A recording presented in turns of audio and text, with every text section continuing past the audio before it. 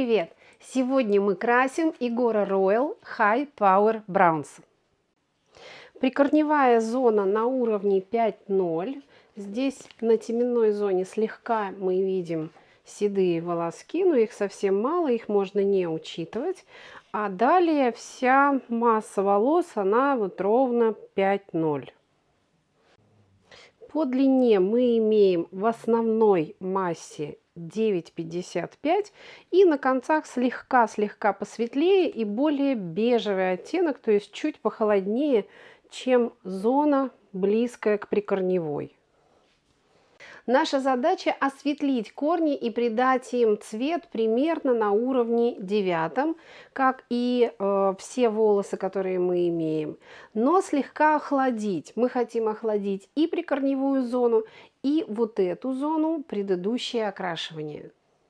Первый краситель будет работать на натуральных волосах, не окрашенных, и второй краситель тонировать вот этот участок. Красить мы будем Igora High Power Browns. И основной оттенок, даже не оттенок, а краситель, который мы возьмем, это BB, чисто осветляющий краситель. Для того, чтобы придать оттенок тот, который нам нужно, золотисто-бежевый, но больше все-таки в бежевое направление, мы и берем бежевый Browns B4.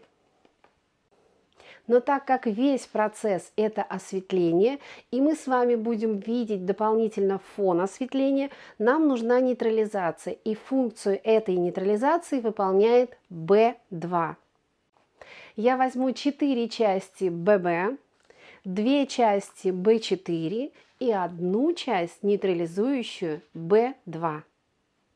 Это осветляющий краситель для темных волос с большим количеством нейтрализующих пигментов, и он работает всегда на 12%. Пропорция смешивания с окислителем всегда указана на упаковке 1 к 1. Второй краситель – это тонирующий краситель Igora Vibrance. Я беру его в новом исполнении и работать буду на окислителе 1,9%. Я хочу смешать в равных пропорциях 2 нейтрализующих оттенка. Это 9,5 1 и 9,5 49.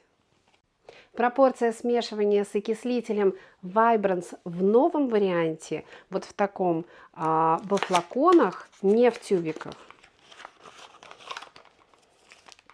1 к 1.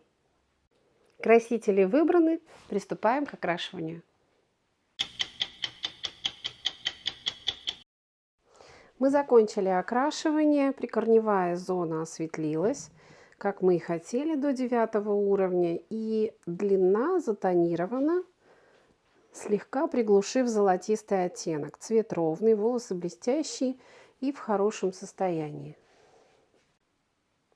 Краситель Browns дает возможность сразу осветлить и сразу затонировать прикорневую зону, когда вы работаете с очень темными волосами. Как работает этот краситель, снята отдельная серия секретов колориста Тани Шарк.